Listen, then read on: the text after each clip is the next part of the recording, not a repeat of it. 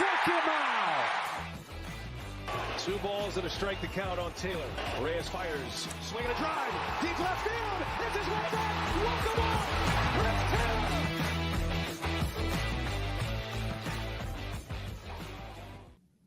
Hi, everyone, and welcome into DodgerHeads Live, presented by DodgerBlue.com. My name is Matthew Moreno, and joining me tonight is our managing editor, Blake Williams, and newest staff member, who I'm excited to introduce to everybody, Sebastian Ibarra. Sebastian, welcome to your first show. Thank you, Matt. How's it going, everybody? Yeah, we're again, like I said, Sebastian's new to our team. You're going to be seeing him. You may have already seen him writing some articles for us up on the website. This is his first live show, as I mentioned, and as you may or may not be able to tell, Sebastian and Blake are in Arizona, so we're going to definitely get updates from them on today's workout at Camelback Ranch in the morning, and of course the first game of spring training, which started with a big win over the Padres. But first, I want to remind everyone watching this to please hit the like button and subscribe to our YouTube channel. And if you're a podcast person, we would appreciate if you could review our show and subscribe there as well. As always, we're going to do our best to answer as many questions as possible at the end of the show once we kind of get through all the news and different topics that we need to cover. But as a reminder, if you do want to make sure that yours gets addressed, then Super Chat is definitely the way to go. We'll stop our show and answer that immediately. It also helps us. It also helps support and grow our show, so we definitely appreciate those. Like I said, Dodger baseball is here. We finally made it. It was an exciting offseason. There's a lot of talk about the Dodgers getting on the field, and it wasn't quite their full assortment of everyday players that made the trip to Peoria Sports Complex. But the team nevertheless got off to a strong start. They 8 runs in the first inning, and they never looked back after that. Teoscar Hernandez immediately made his presence felt with, I think, a 2-run ground rule double in that big first inning. There were contributions from some of the organizational depth pieces that the Dodgers have added and already had. Prospects contributed. It's just a good day overall. But Sebastian, I'll come to you first. What stood out most from their 14-1 win? Yeah, I'd say definitely that first inning, the approach at the plate. I guess Musgrove, it's the first game. It's first game for everybody. Spring training, obviously, it's not the end-all be-all, but they looked very good against Musgrove. I asked Dave Roberts at the end of the game kind of what his thoughts were, and he said a lot of his guys are really familiar with Musgrove. They've seen him a lot, and the numbers kind of back that up. I don't know if you wanted to get into that now, but since 2022, they're 5-1 against Musgrove, and some of Mookie Betts is hitting .316 with a .932 OPS. Freddie Freeman 448. Over 1,000 OPS. So, yeah, they definitely like facing Musgrove. Blake, what did you kind of take away from the game? And I know, it was Gavin Lux. It was his return to the field, and more specifically, not only his first game back from the gruesome right knee injury, but it happened at the Peoria, the Padres spring training complex last year. Obviously, there's some Gavin Stone stuff we're going to get into as well, but kind of, more general, broad, taking sort of a step back. What did you see today? Can we confirm that the first inning actually ended, because it felt like it went forever? And then I think it was the 6th inning. We went out to do some interviews at the time, and we saw it was the bottom of the 6th, and then we waited 45 minutes or something, and it was still the bottom of the 6th, and then it was 14-1 or something. So it was about as good of a showing as you could have asked for the Dodgers to start spring training. I mean, they didn't even have a lot of their regulars in, and they still put up a game like this with contributions from pretty much everyone. So it was good to see them all back out there. And as you mentioned, the 2 Gavins with Stone and Lux, it was kind of a day for them. So we'll get into them soon. But yeah, it was great to see them all performing well and getting a win under their belt. Yeah, let's go ahead and get into Gavin Lux. So as I mentioned, it was his first game, kind of real game, if you will, since his knee injury in spring training last year, which, as I stated, coincidentally came against the Padres at Peoria Sports Complex as well. I know when Lux first suffered the injury, which was, the torn ACL and LCL in his right knee, there was some maybe initial hope kind of hanging by a string that he would return towards the end of the 2023 season. That obviously didn't end up happening for him, unfortunately. So he spent the year rehabbing, spent the offseason rehabbing. Lux, we have multiple interviews, both from Dodger Fest and at spring training, of him sort of discussing what that entailed and just everything that went into. His first game back, 1 for 2 with a walk and a run scored. And it should be he started at DH. So the Dodgers, Dave Roberts has said, there's not necessarily limitations on him, but they are mindful of sort of easing him into things right now. And I thought that was a good call. But like, what did Luxy have to say after the game about getting to play again? Yeah, so Lux said it was great to be back out on the field, and he tried to downplay that it was at the stadium. He originally tore his ligaments there, and said it would have kind of felt the same regardless of where it was because he missed so much time, and just getting back on the field was good. But he also mentioned he's about like 95% no injury, like follow-ups on him, no pain or anything like that on most days. And then there's like those 5% of days where he still has some soreness and stuff just going on in the knee, but he's been fully cleared medically. So there's no real limitations on it. Dave Roberts talked about that earlier. Like, he has the same limitations that any player has in their build-up this early in spring training, and he's supposed to get out to shortstop sometime soon. They just didn't want to put him back out there immediately. They kind of want to get his feet wet and get him under and get on the field. But he should be out there at shortstop within the next few days, according to Roberts, and Lux said he's feeling good. So it's exciting to have him back, and hopefully he can kind of keep the reins on that shortstop position for the year. Yeah, and that not Jeff Spiegel in the comments with a perfect picture of Will Smith, and Jeff said, why not Lux at shortstop? Hopefully Blake answered your question. It was more of just, not wanting to necessarily throw Lux into the fire right away, as much as he is healthy and the Dodgers are confident in him. And as Blake just said, that Lux should be playing shortstop within the next, a handful of days, right? Was it possibly this weekend, but if not early next week? Yeah, Dave said like few days or so. He didn't have a set answer on a specific day, but just sometime soon. Yeah, so I would anticipate, maybe Lux, the way the Dodgers certainly, one other thing Dave Roberts just broadly said about his position players is that they were going to stagger them, and that's no change from prior years in spring training. I think what makes this one a little bit more complicated is the Dodgers are playing fewer Cactus League games because, of course, they and Blake have a trip to South Korea coming up. So let's pause the Gavin Lux discussion because we do have a super chat from Laura. She says, Blake, were you there for the Mookie Kirsten race? If you haven't seen this, Kirsten Watson posted on her Instagram account her racing Mookie at Camelback, and that happened, I don't know if it was yesterday or the day before. So I will answer for Blake that no, he was not there with Blake. I don't know. Was there any discussion about it still today amongst the reporters? I heard Kirsten say, like, if there is a longer track, then Mookie would have ended up winning for sure, just because she started slowing down while he was picking up speed. But that was about it. There wasn't too much to it. Yeah, I think during Kirsten's in-game interview with Mookie today, there might have been some discussions about scheduling a second race. So we'll have to see if that comes to fruition. Go ahead. She was also throwing out the idea of a media baseball game with all the extra reporters we have there now. And then I think it was Dave threw out Japanese media versus U.S. media idea, kind of get like a World Baseball Classic thing going. So hopefully that'll actually end up happening and we can get some representing Dodger Blue with a few homers and be fun. I know. Well, yeah, that'd be nice. So we have Daniel, who has played baseball, and Sebastian, I know we've talked off camera, and you also have some baseball background. So if Dave Roberts did organize that U.S. media versus Japanese media tournament or game, if you will, what position are you looking to play? I played third. I was a very short third baseman. I was the shortest guy in my team.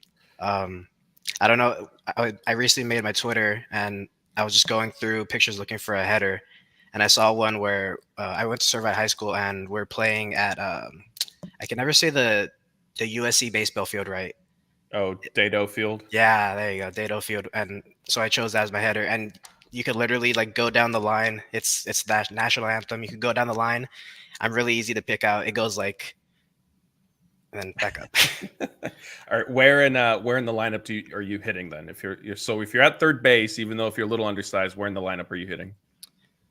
I'd say 6. I'm like okay. I got the good.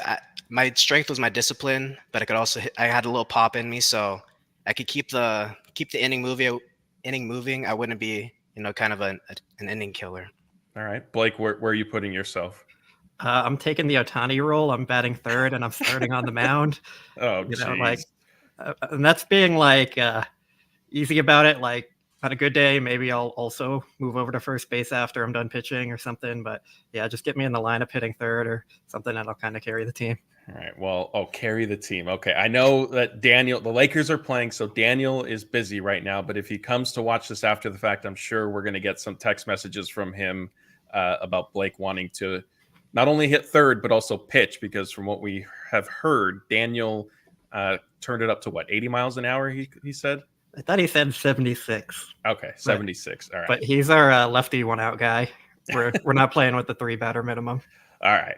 Yeah, fair enough. All right. Let's get back to Lux. So hopefully that did answer the question about why he wasn't at shortstop today. It was just kind of a matter of planning things out. And like I was explaining, with all the position players, basically the position players, the majority of them at least, that you saw in the Dodgers first game, you're not going to see on Friday, which is another matchup with the Padres, but at Camelback Ranch, so the Dodgers are the home team in that sense.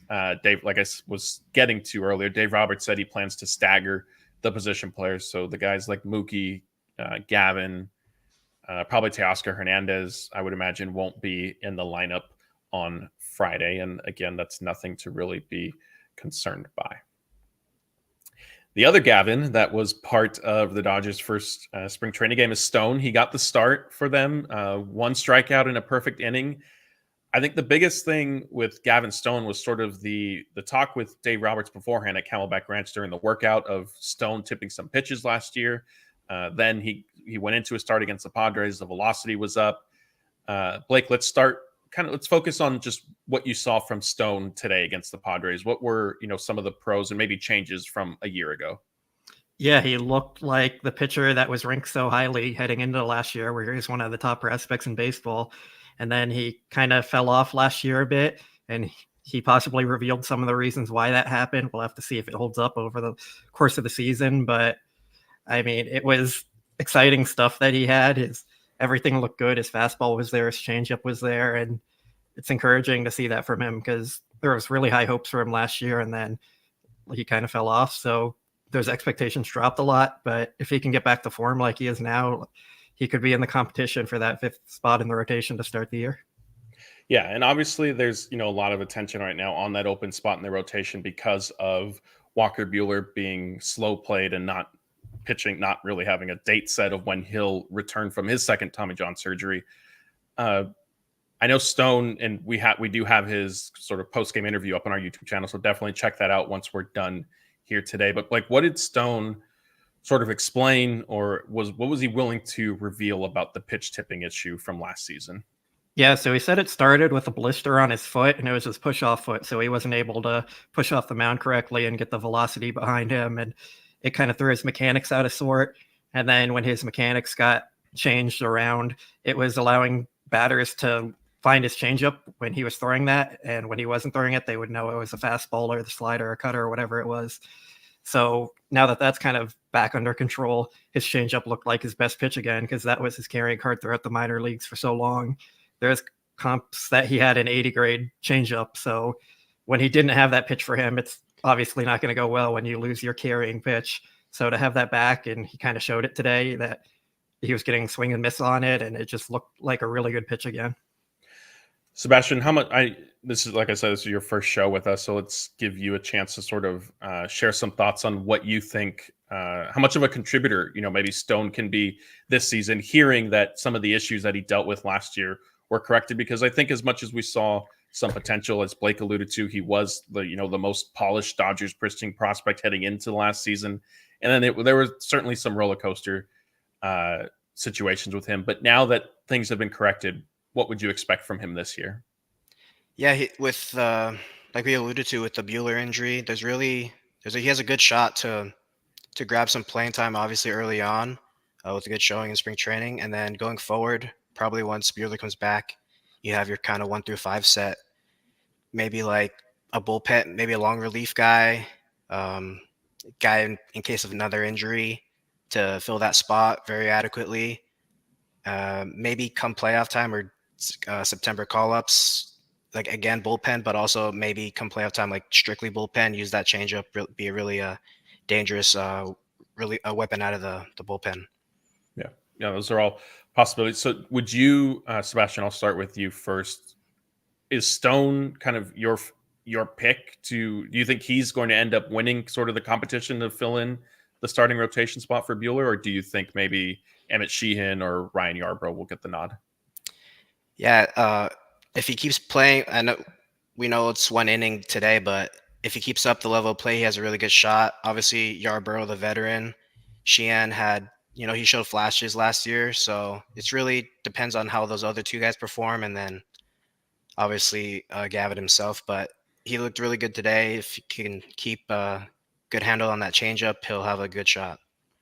Blake, how do you see that? And I know we just got into spring training games, and as much as there's a lot of time to sort of let that sort itself out, it also is condensed because the Dodgers, the middle of next month, they're going to be taking off because they also do have exhibition games in South Korea. But if you had to pick, either right now or just taking into account last season and what you've seen so far in workouts and stuff this year, who's your fifth starter come opening day? I think it's still Sheehan's to lose at this point. He has the edge on the spot after kind of showing all that upside last year, and then coming into camp this year, he was kind of projected to be in that spot. But like Sebastian said, if Stone keeps throwing like he did today, it wouldn't shock me if he ends up getting that final spot there. He was asked about it today, and he said there's obviously a competition between all those guys with Grove and Stone and Sheehan and Yarbrough, but at the same time, they're all rooting for each other to do well. So we'll see how it all ends up playing out, but I would still go with Sheehan at this moment. Yeah, that's going to be it's going to be interesting to see, because I do feel like Sheehan probably has, I know Blake, or is it Scott, who I do see in the chat, he loves floors and ceilings, right? He's a big what's his how does he phrase it, Blake? I'm blanking right now. High ceiling. Not the high ceiling, but like the raising, like the potential. I don't know. I forget how. Scott, if I know you're watching this, so explain yourself in the chat. I think Sheehan's ceiling is higher than Stone, but if they feel Stone is a little bit more Major League ready, do they just go with him? Let Sheehan get his opportunities, more opportunities at OKC. Because remember, like last year when Sheehan came up, he had just been, unofficially promoted to OKC. That was about to be made official, and they ended up needing him up at the Major League level. So we skipped that part, went from AA to the Dodgers, and then went back to OKC to get some experience there. But yeah, that'll be interesting to watch. I think the likely scenario is both of them make it, just because, that's always how it works out. Like we're discussing who's between them, but then like last year, you have 3 guys get injured before the season actually starts. So it's good for the Dodgers to have options there, and these things tend to work themselves out. Yeah, and that's a great point. And another thing too is the proverbial, quote unquote opening day roster is going to look a lot different than what the Dodgers will then start with once they're back stateside, because they are just playing the 2 games in South Korea, and so you can load up on basically extra pitchers because you don't need your 5 starters to get through the regular season, and so they'll probably do that. And so, yeah, maybe Stone and Sheehan are both on the opening day roster. Our next topic is Yoshinobu Yamamoto, who threw live BP today for his second time in camp. And he Freddie Freeman was one of the lucky ones that got to face him. Blake, I know you were there getting video for us. What can you just kind of share on just getting your eyes on Yamamoto? Because that was your first time. And let's start there. What did you see from him? He's filthy. He was making Freddie Freeman and Jason Hayward look like minor leaguers with some poor swings against them. I don't think there's really a hard hit ball. Like I think Hayward might have had the hardest hit one, and it was basically a ground ball out to second base. And I know pitchers are ahead of hitters at this point, but the stuff looks like it's going to play up. Everything was moving. He just looked really good. The control was there. And yeah, he was striking out. He had a few strikeouts. He also faced Miguel Vargas there. He had some swinging, some looking strikeouts. So the stuff was playing up for sure. And in terms of the next step, so like I said, he's thrown live BP now twice this spring. Kyle Hurt is the probable for Friday's game against the Padres. Tyler Glasnow is the probable for Saturday's game against the Angels. So what does that mean for Yamamoto? So Dave Roberts said the next step for him after throwing the live batting practice today would be to get in a game. So I guess that would be 5 days out from now, or maybe they'll give him an extra day because he's still kind of building up and not used to playing every fifth day. But the next time we see him should be on a mound in a game. So that's something for everyone to look forward to. Sebastian, like I've alluded, this is your first time joining us on one of these. Where do you stand with Yamamoto? Because obviously, when he was a free agent, there was a lot of talk of, he's 25 years old. He has the potential to be an ace, can, potentially Cy Young Award winner type thing.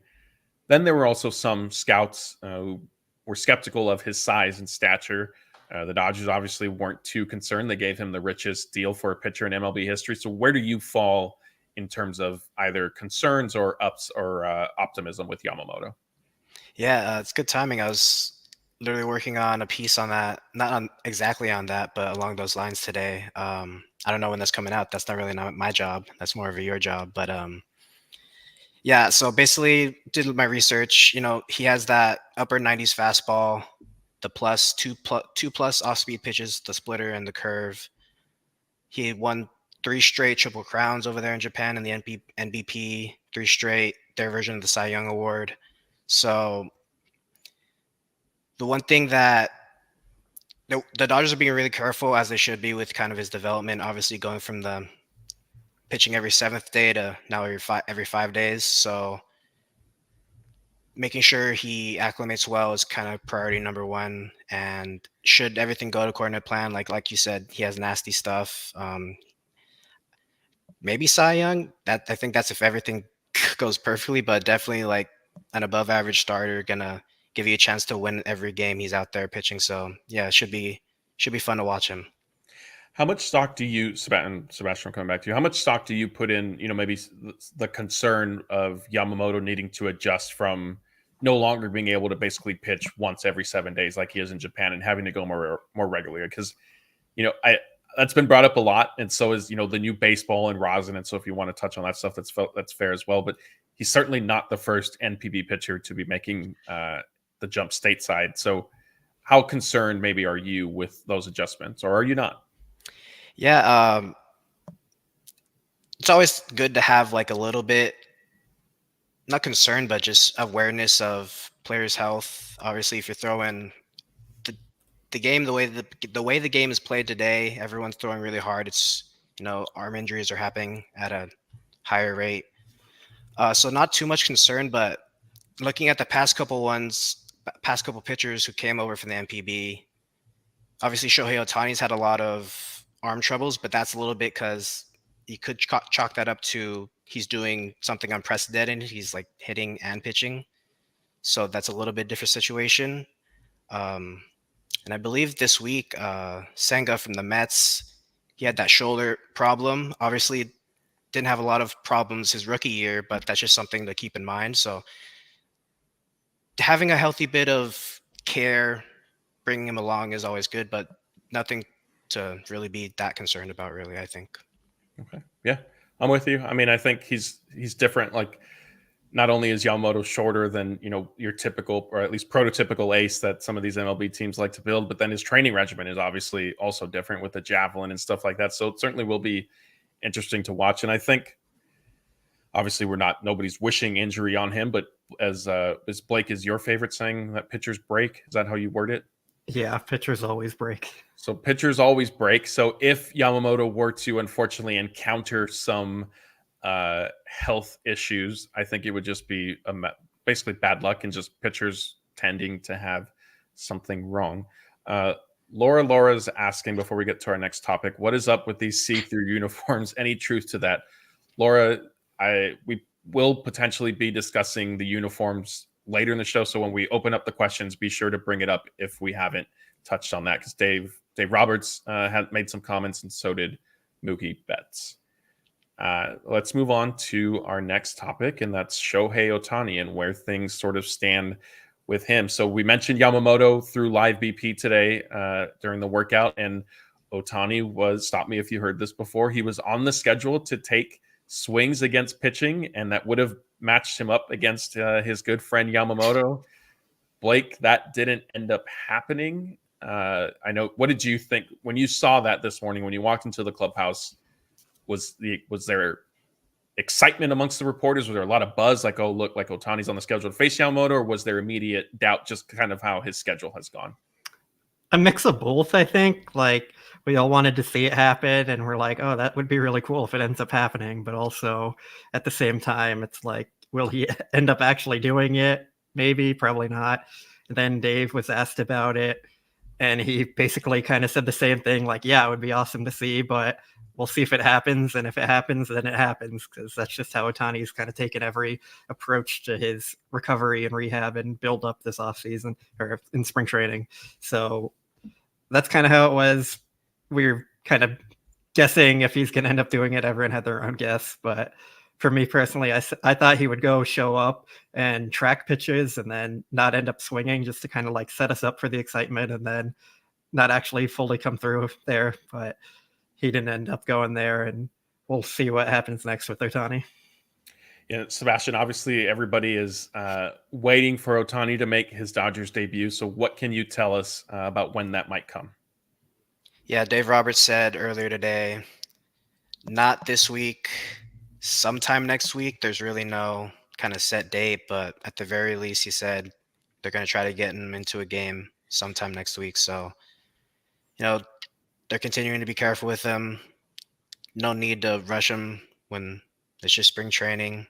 Save him for late in the season where it really matters. Make sure he's 100% and ready to go.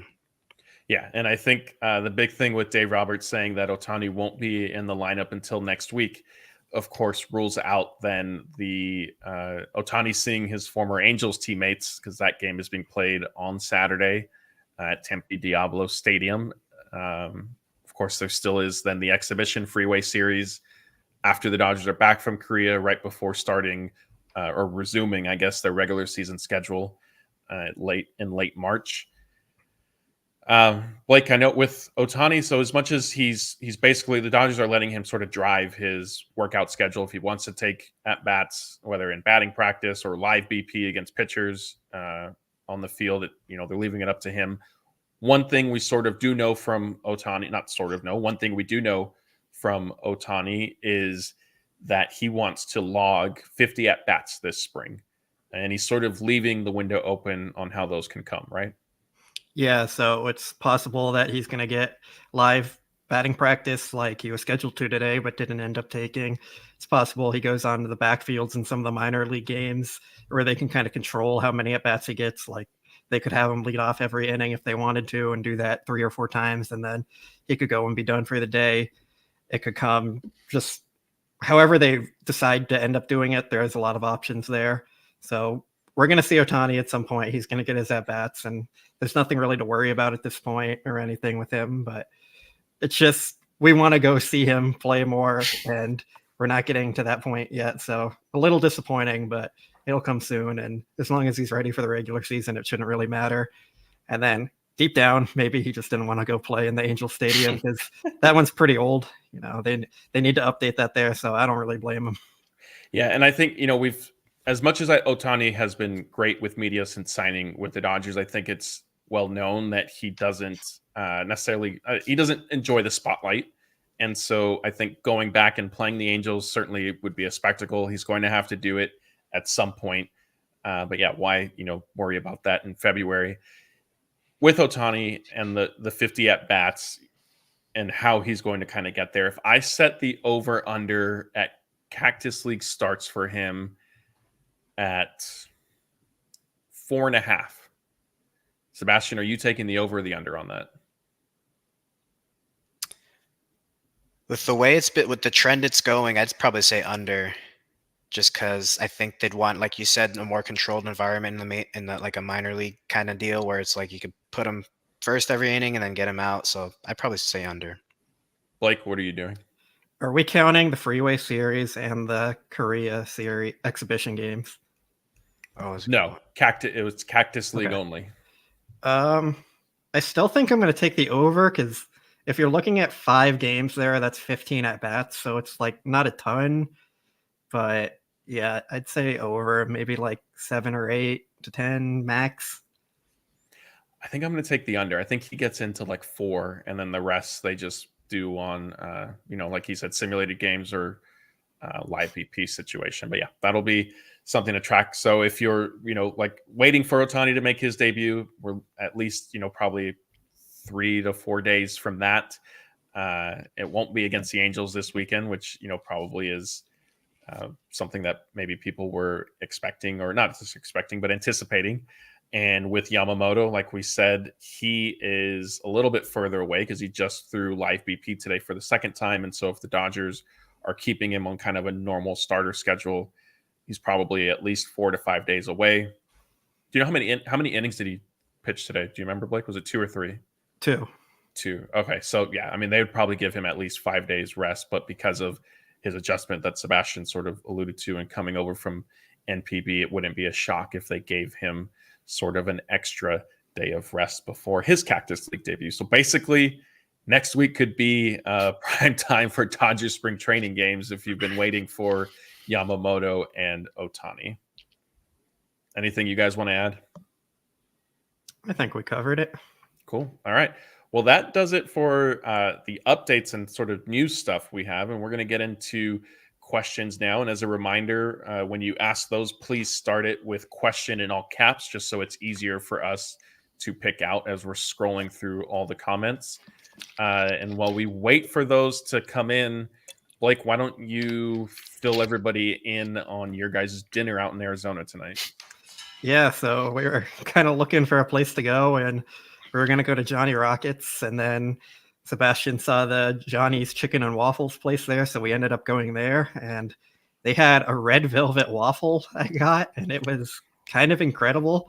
So it was a good choice, and I would love to go back there, and I'll have to keep it in mind for next year when we come back.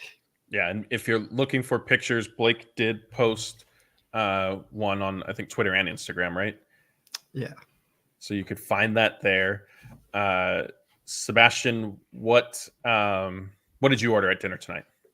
First, I wanted to say, Blake, you forgot world famous, but not really, chicken and waffles. Yeah. I got the same thing as Blake, but just a normal waffle, and then the chicken tenders on the side. So it was pretty good. Okay. Blake, Michael Carrillo says you were basically eating cake. Yeah, probably, but it was good. And when in Rome, I guess we're going. This question's from Cassie. What is taking Belly so long? Why can't he sign already?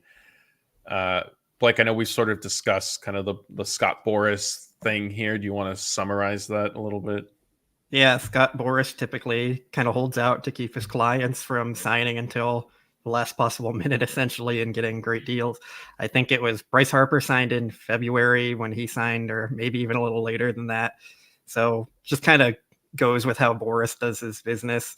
And then also, I think some teams are a bit concerned about Bellinger's hitting profile. His batted ball data wasn't amazing. There are some concerns there. So I think teams are just hesitant to pay him the reported $200 million he was asking for. Yeah. Sebastian, this one's from you. It's from Laura, who's one of our longtime viewers and listeners. She wants to know a little bit about your background, and did you grow up a Dodger fan? So give people kind of a Cliff Notes version about yourself. Yeah. I don't know if you take a look at my Twitter, when I made it, I put Dodgers plus Lakers plus Raiders equals stereotypical Mexican. So I was born in Bellflower, but grew up in Downey. Been an LA boy my whole life. So, I mean, that goes without question. I grew up a Dodger fan. Can thank my dad for that. Maybe more so can thank him for the Dodgers part than the Raiders part, but I wouldn't trade it for anything. So yeah, I think I don't know if that's all the background, but it's a little bit of my background. Yeah, that's good. And Sebastian, being a Raiders fan, is music to Jeff's ears and like nails on a chalkboard for our good old Patriots fan, Blake. Wait, why would I have a problem? I just like to laugh at the Raiders. Broman74 dude says, your thoughts on MLB Network ranking Ohtani at number 4 for the best players in baseball. There is not 3 other better players in MLB, considering his offensive numbers, hitting stats, and Fangraphs WAR were better than the top 3. I'm assuming he's saying. Blake, yeah. So this, let me take the question down just so we can see Sebastian's face.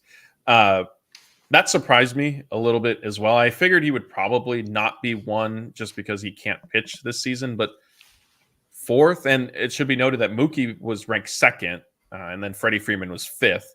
But what are your thoughts on Ohtani specifically falling at 4? I think it's fair as a full-time DH version of Ohtani. Like if we're factoring in the pitching that he brings also, then he's the consensus clear number 1. And I don't think there's really a debate there. But when we're kind of just going based off right now and Ohtani only DHing this year, I think it would be hard to put a full-time only DH as the top number 1 spot or even the top 3 spot. So I didn't really have any problems with it. I mean, Acuna, Betts, and Judge are also great players. So it's a very subjective list all the time. And sometimes it's more to like cause debate than actually put up the best stats or players or anything like that. So I didn't have a huge problem with it. I think if Ohtani was still pitching and he was number 4, then it would be a problem. But for just the DH, I don't have a problem. Sebastian, where are you ranking Ohtani for this season? Yeah, obviously, you take into account, like Blake said, his pitching and his hitting. You take out the pitching, it's not ludicrous to factor that into this year's rankings. Like Blake said, and then also like Blake said, it's these lists really don't matter all that much. I remember it's not baseball, but football. This past season, the last rankings, Max Crosby wasn't even in like the top 25, and he's like one of the best DNs in football. And this year, he didn't even get a first place MVP vote. So, well, that MVP vote's a little different, but the lists all across all sports, they're just kind of a crapshoot. Like it's kind of according to popularity, and like the top guys, they'll always be kind of accurate, but you could put them in any order you want, really. Yeah. Here's Nomo FOMO. They have Roscoe's out there. I don't think they do in Arizona, but maybe Blake can look that up really quick as we're going through this. Our buddy Scott says red velvet waffles sound like a nap. Let's see what else we have. Mike M. Blake, he wants you to bring back the bucket hat. I don't have a bucket hat with me right now, so I'd have to buy one when I'm at Camelback tomorrow if I end up doing that, but we'll see. Okay. Let's see. Normally wants to know, with so much attention to the new shiny toys, does that overshadow the importance for improvement by Miller and Sheehan? Sebastian, I'll let you answer this one. Is that like by fans overshadowed by fans or kind of the team? I think probably media attention and fans. Everybody's obviously excited for Ohtani, Yamamoto, and Glasnow. Obviously, from that perspective, probably yeah. Like they are being a little bit overshadowed, but I don't think in an organizational sense, like Dodgers are known for developing their pitchers and their players in general. They're obviously really excited and paying a lot of attention to their development. On the fan side, maybe some, it's hard not to be excited over Ohtani and Yamamoto, but yeah, it's good to keep them in mind. Bobby Miller, especially that fastball, if he could hone his off speed and really fill in, we need to start developing for with these old guys. We need to start having that successor plan in place. So yeah, the development of Bobby Miller is really, really something to keep an eye on. Blake, to your point about not having a bucket hat, not Jeff Spiegel says you own like 8 of them, so shame on you. And I'm going to have to agree with not Jeff. Blake, what can you tell us? Did you find a Roscoe's out in Arizona? I didn't see one. Wikipedia said it was just LA area. Yeah, that's right. But when I was also searching, it came up with Phoenix, but I don't know. I didn't go that far into it after I saw it was LA area. Yeah, I don't think that they're out there, but I could be wrong. I know you guys, you're going to end up hitting Waffle House at some point during your trip. So that'll be interesting. Let's see. I'm trying to find. Should we try a Whataburger too? Oh, I haven't had it. I know there's that debate versus In-N-Out. I'd be willing to give it a shot. Not really a debate. It's like people who haven't had In-N-Out are like, yeah, it's got to be comparable. That's true. I mean, I think since we didn't get Whataburger, I know, Blake, you and I were going to try to do that during our NLDS trip, but then that ended up ending pretty abruptly. Since you're out there, do it. And when you guys are let down, I'll just say, like, yes, it was to be expected. But I can't tweet about it. Remember, they follow me on Twitter. So. Yeah, they do follow you. So definitely don't do that. Otherwise, you're not going to get the sponsorship.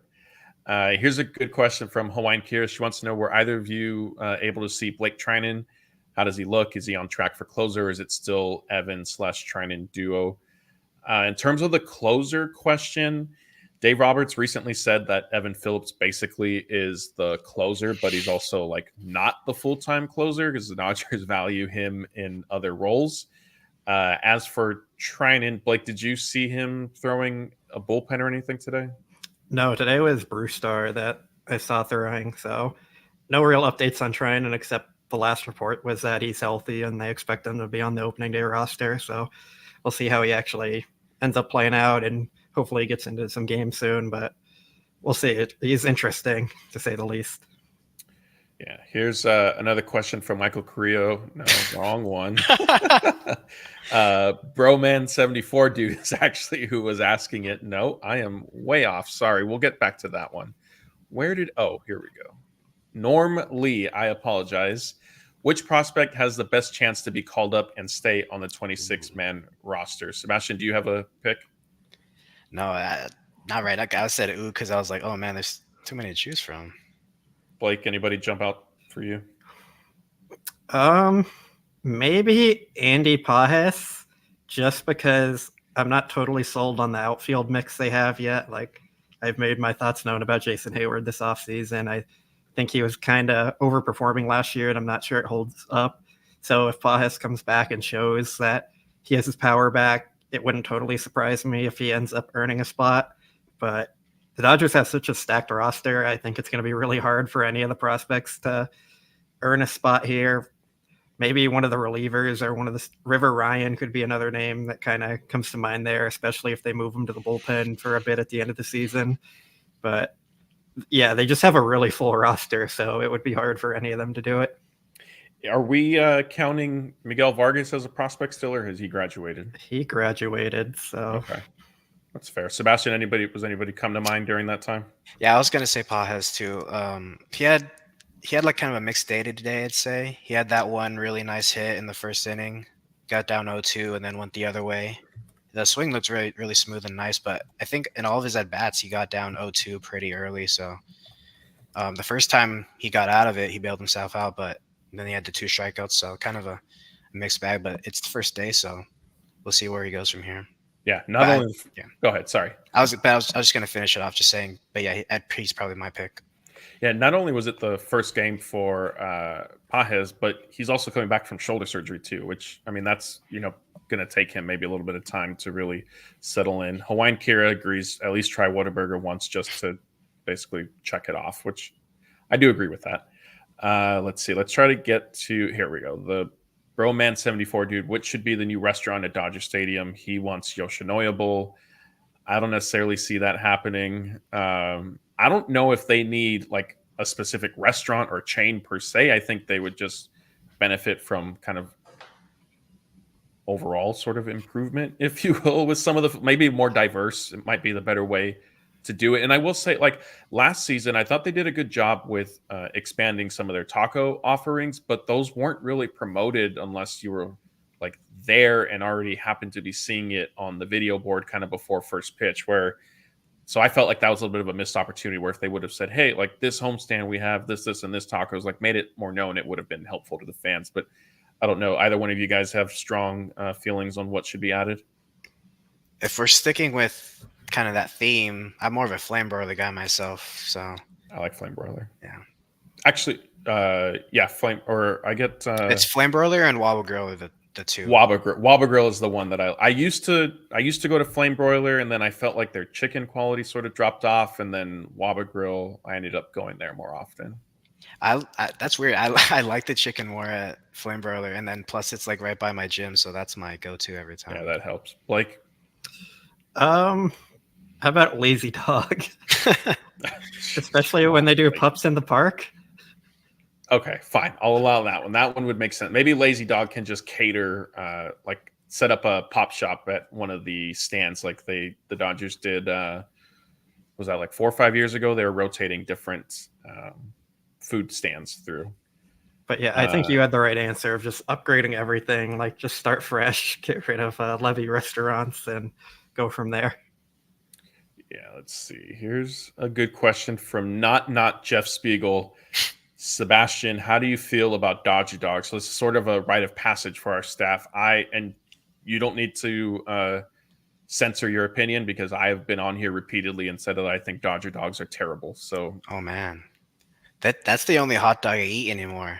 oh geez. I never bothered to look into whether or not like what goes in a hot dog, so I just kind of stay away. But whenever I'm at Dodger Stadium, I have to get a Dodger Dogs. That's the only one I eat.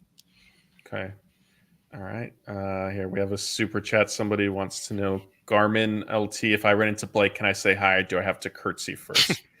Definitely just say hi. Blake is a laid back, good, casual guy. So yell his name, say you love Blake, you love Dodger Blue, and he'll definitely say hi to you. I would prefer to be curtsied at first, though.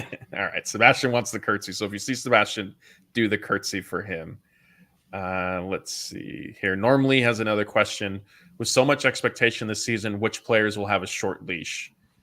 I think probably the easy choice here is maybe Gavin Lux, just because there are depth and options to replace him with. Blake, are you thinking outfield? I could see kind of the wheels turning. I mean, there's a few names that come to mind, but like, I'm not sure any of them are really going to get replaced on a short leash. Like Manuel Margot, if he doesn't really hit, they could have some options to replace him, like namely Miguel Vargas. I know Alex Vesia is a big talking point, and he is their main lefty reliever right now, but he did struggle last year, and then they sent him to AAA. And if those struggles continue, he's been someone who's kind of inconsistent throughout his career, and they've ended up having to option and then call him back up later. Maybe like James Paxton, just with the starters that they have in the rotation and the depth that they have. Yeah, I mean, I'm not sure like anyone's on a short leash, because I feel like if any of them are struggling, they just kind of like cover it up with the depth they have and maybe sit them on the bench for a week or two and just kind of get them some minor like pinch hitting at bats and stuff like that. So I don't really see anyone with a necessarily short leash per se. Sebastian, do you agree with Blake, or is there somebody that you think maybe could be in trouble if they're early struggles? Yeah, more along the lines of Blake. I don't see Gavin. Like, I don't think it would be a young guy like Gavin. Probably one of the veteran outfielders, like Blake said. But even again, they have so much depth. They could kind of just replace them real quick, put them on the bench, let them collect themselves, see kind of what happens from there. Yeah.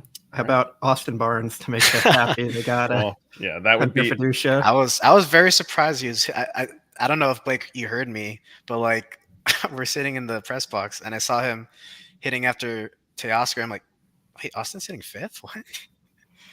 Yeah, just to get him the at-bats there. But, I mean, he did have the first out of the season in the first inning when everyone else had a hit.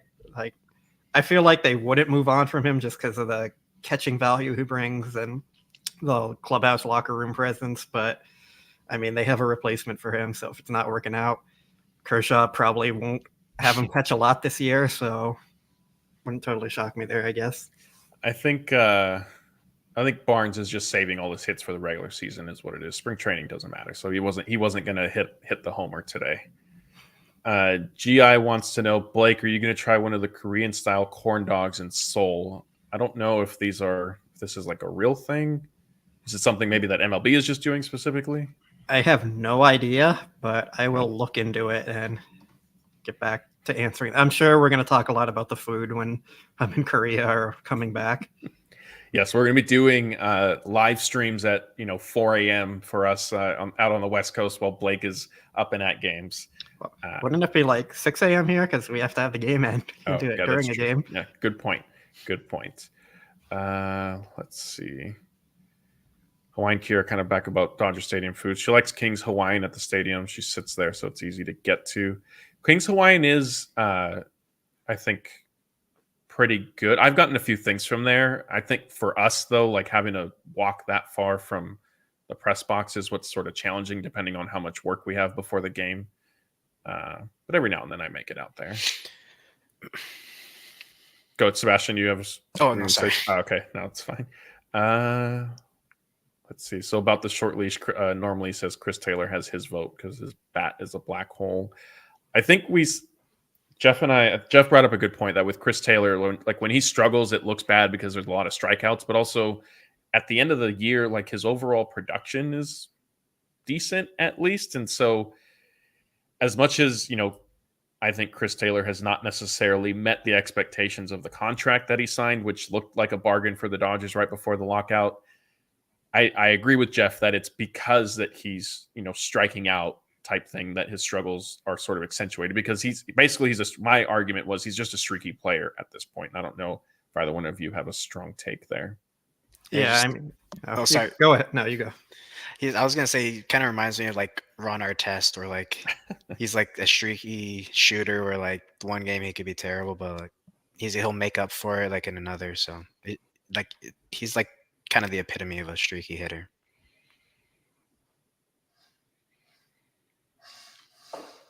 There we go. Sorry, muted myself for a quick second. Let's see. Tim G wants to know, is Kevin Padlo likely to make the major league squad? So Blake, you guys saw him. He had a home run today, I think, right? Yeah. So impressive homer there, but no, I don't really see him making the squad. Maybe at some point during the season if they need a bat for a few games, but he just doesn't really have a spot on the roster. And it wouldn't shock me if he ends up with one of the deals where he can opt out after like a month or two into the season and try and catch on somewhere else. But he was the guy who was with the Angels last year and never really caught on with them. And they're a team that's been in need of offense for a while. So it was a nice success story thing for him today, but I just don't really see him making the roster. Yeah, I agree. All right, I think we'll maybe take a couple more before we wind this down. Michael Carrillo, not a question, but Blake, if you don't have kimchi, I'm going to call you names. So put that on your list, Blake. Let's see. I did see another one from Normally. With this roster, is Dave Roberts arguably on the hot seat if the Dodgers don't at least make the World Series? Sebastian, where do you fall on how much blame or responsibility Dave Roberts sort of warrants or doesn't warrant, and is he on the hot seat? I mean, I feel like in the media and fans, he's been on the hot seat since like 2020. But it all depends on context, right? Like if they get the playoffs, NLDS, NLCS, whatever, like he's making bad decisions that hurt the team, like maybe. But like the problem the past couple of years has just been like the players aren't producing like they need to win playoff games. So, and obviously the front office really believes in him. He's a great manager when it comes to the regular season. Like, so it kind of depends on how, not saying we want him to, but kind of what happens in the playoffs, how we get to that outcome. That kind of depends on his future. Right? Yeah. Good answer. Blake, Rod Thormsgaard wants to know, well, he says, I miss the days when the regular season really meant something. Don't you wish there were fewer teams in the playoffs? Yes, I think so. Like, there's so much randomness to it, but then, like we also saw last year, the Diamondbacks were, I think, the second to last team in and ended up making it to the World Series. So there's just so much randomness there that you get some more excitement in the playoffs when you have more teams, and then the more upsets, and that's what people like to see. And people like having their favorite teams have a chance to make the playoffs. But I think the regular season should mean something because it is, at least for the Dodgers, it's kind of meaningless right now. Like for other teams, it's harder to make that argument, but we always talk about the Dodgers and we're like, yeah, it's the regular season, but we're already thinking ahead to the postseason and the regular season hasn't even started. And if you took out teams from the playoffs, I don't think that would change our mindset from a Dodger perspective. And it would just make it tougher for other teams and kind of take away fans and take them out of the watching their teams earlier, switching over to basketball and hockey and football and all that. So I think there's positives and negatives to both sides of it. And it's just kind of whatever you end up feeling is the preferred route. It's just kind of how you're going to end up feeling. Hey, speak for yourself. I'm not taking anything for granted. The Dodgers are going to have to fight and claw for the NL West title this season. Yeah. Are we going over under 116 wins this year? I think just under. Sebastian, I saw you nodding your head. It seems you aren't you don't strike me as a big fan then of the expanded postseason. Yeah, that's like when you read that question out, that that's like my biggest pet peeve. Like, it's such a blatant like money grab from the COVID era. Like, they saw an opportunity to take it and they did. It makes like the playoffs are already so much of, can we say crapshoot? Yeah. So much of a crapshoot like already, and you add in the randomness of more teams that don't deserve to make it. Like, obviously, like the Diamondbacks last year, like, it takes just the team being hot at the right time, and that kind of devalues the whole point of a whole 162 game season. Where obviously we're a little biased being Dodgers fans, like it happened to us, but like you're great for 162 and you just meet a hot team in the playoffs, which wouldn't have been in there in the first place if not for the changes. It's just kind of, I really don't like it. That's like my biggest problem right now with baseball. Yeah, I'm not a huge fan of the expanded postseason. I think if it in the long run ends up leading to consistently each year teams are more aggressive at the trade deadline because they're trying to compete, then great. But I am skeptical that there are going to be enough owners who sort of do that on a consistent basis to make then the expanded postseason make sense and be relevant and be a positive, other than, like you just said, kind of for the owners and the league to further line their pockets. Sorry, and then one more thing. You could tell this is like my biggest thing. They had it perfect the first time. Like, they added the one other team to make that. How many wild card games? I think it was the Diamondbacks and the Rockies. That was like a great game because it's a one game elimination. You're playing for everything. And the argument with like defending like the break that the top seeds get, and like they're arguing whether or not they're going to be rusty or not. It's like, oh, the team that's below them has a bigger disadvantage. The one game wild card was a huge disadvantage compared to this because you have to throw out your best starter, and then you're going to have to do everything to win. If that starter doesn't go deep, you have to use a lot of good bullpen pieces, and you're playing the next day. So it's like, I think that's a bigger disadvantage than the current system we have right now. Yeah, great Real point. quick, I'll push back a little on the money grab part of it because the players do get postseason bonus shares for each postseason round they advance to. So I think it would be hard to take it away from the MLBPA at this point also, because then you're taking away money from players also.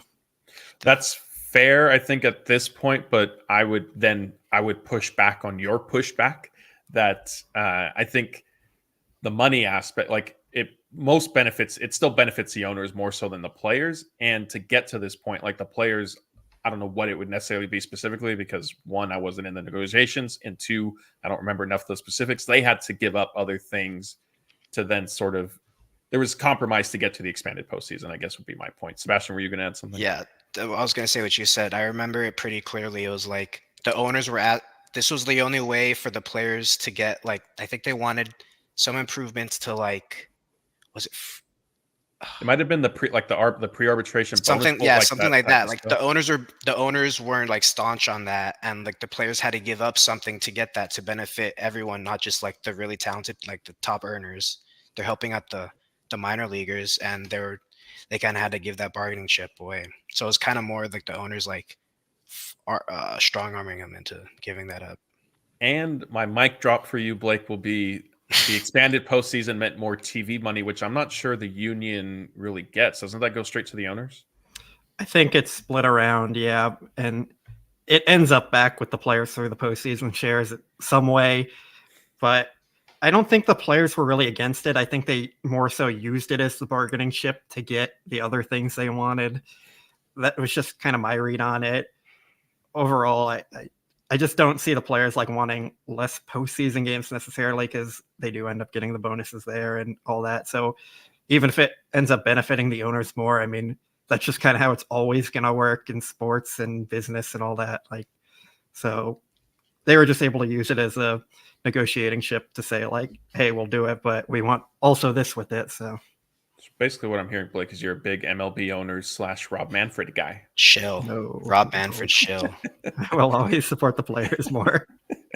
Yeah, so it's the first game of spring training, but there we were spending 4 or 5 minutes kicking around playoff baseball. So definitely once October rolls around, we might end up having even more spirited conversations. Let's end on a couple of final topics. One, Laura did ask her question earlier about the uniforms. It started off a couple weeks ago, the big thing where the smaller number, basically the chasis is how Nike has framed it.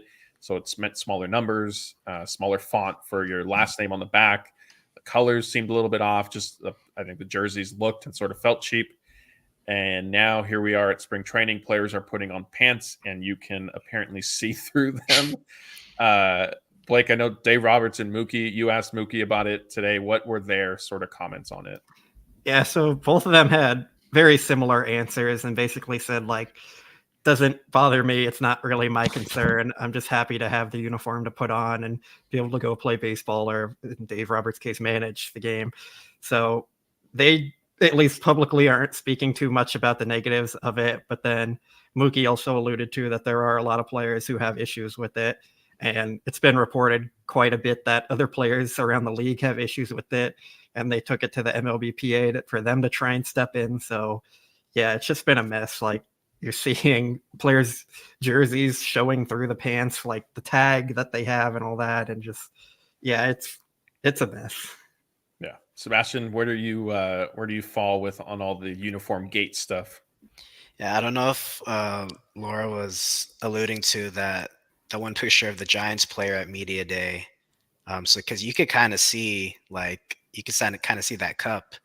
And that's kind of the biggest thing that people, well, not the biggest thing, that's the newest complaint people are having. Overall, like, it's so obviously such a down, like, even on the back with the MLB tag, they just needlessly moved it down to above the thing, where it's like, what? You didn't need to do that. I don't, sure, make them cheaper because you that's like a money thing, like a margins thing, but there's really no reason. They're making like decisions that make no sense with the jerseys, so I don't know. Yeah, it's going to be interesting to see. As Blake, you mentioned, the union has gotten involved now, and so I imagine there are a lot of back channel conversations between MLB, the Players Association, Nike, and everybody's friend at Fanatics. All right, I think this will probably be the last question we take for tonight, and I thought it's a good one, a good sort of introductory for Sebastian, who I think has handled himself well. His first live show. He wants to know, so this is a question that Jeff has kind of started and likes to pose to people. I think Jeff adds also the caveat of, like, let's call it, you're going on a road trip and you stop at a 7-Eleven, liquor store, gas station, whatever the case is, and you need to pick one snack, one drink, and one candy. What are you going with? It doesn't have to be candy also. I think we just said something sweet before. Oh, okay. I think Daniel picked a honey bun. Snack, I'm gonna have to go normal. I'm a cop out. Normal Cheeto Puffs or the flaming hot Cheeto fries for snack. Good choices. Drink, I really don't drink sugary things anymore, or at least I try not to. Water is my cop out answer, but if just for the sake of the thing, probably just a Slurpee, but it's got to be Coke or a mix of blue and red. Oh, the Coke Slurpee is gross. That's it's, I don't know why. It's just kind of like, it's like a vibe. You got to kind of feel like you want it. I don't know why. Okay. And then candy, Sour Patch Kids, but the watermelon ones. Good choice. Good choice. You guys were on a road trip out to Arizona. So was there anything that you did something similar to this, or did you guys basically just kind of drive through? I left Blake hanging and I took a nap. So yeah, we just kind of drove through. We stopped at the gas station for a minute, but we didn't buy anything. Okay. Sebastian, your choice of a Slurpee when you do splurge was a great choice, Don Kim says. Yeah, so I think that's going to be it. We appreciate everybody's questions. We do have actually one more thing, Sebastian, I wanted to ask you. I know you and Blake went to dinner tonight, and then there was a shoe store I heard, and I thought maybe you guys just went in to look around, but there are reports that you may have made a purchase. So let's see what you got. Okay. Whoever your source is, you got a good source. So there was sometimes I frequent GOAT or StockX and I kind of take a look, and I have a lot of brown outfits, and I had this perfect one where it was a brown, different hues of brown. It was like a dark brown, then a light brown, and then white. And I have like a Carhartt jacket that I have that's like dark brown, and then a shirt that's kind of light brown, and that would have been the perfect shoe. And I bought it on GOAT, but the person didn't send it in, or they tried to Jitme. So I ended up getting. I saw those at the store, but they didn't have my size. So I ended up getting these. Okay. Nice little olive right there. Nice. All right. I can relate to you. I bought some shoes recently from eBay it had their authenticity guarantee and all that, and I got the complete wrong shoes shipped to me, and I was very upset about it. So I know how that can go. Blake, what are you going to contribute to this with some lightsaber purchases or something? No, I didn't buy anything really, but you can rate my croc. No, geez, no, Blake. Those are Crocs. built for comfort. I like it. Oh, and then one more thing. I saw early on someone said something about my Edison hat, and you could thank my dad for it. I got the dad drip. There we go. They should go back. They need to go back to this color. They go like blue now. I don't know why. They need to go back to green. All right. So your dad, thank you, Dad, for the Edison hat and for your Dodgers fandom. There we go. All right. Well, I think that's going to do it tonight. Again, Sebastian, welcome. Thank you for joining us on our first live show. You're out there with Blake covering Dodgers spring training, so be sure to give him a follow. You see his handle there on Twitter. You'll be seeing Sebastian's byline on our website if you haven't already. He is starting to tweet a little bit now, and we're certainly going to keep him involved in both our live shows and some of our recorded shorts that we put up throughout the week. Once again, if you're new, please remember to like the video, subscribe to our YouTube channel, and if you're listening to us on podcast, also subscribe there, rate and review us, all that good stuff. It helps us grow and kind of keep the show moving in the right direction. So again, that's Blake and Sebastian. I'm Matthew. We'll see you guys next time.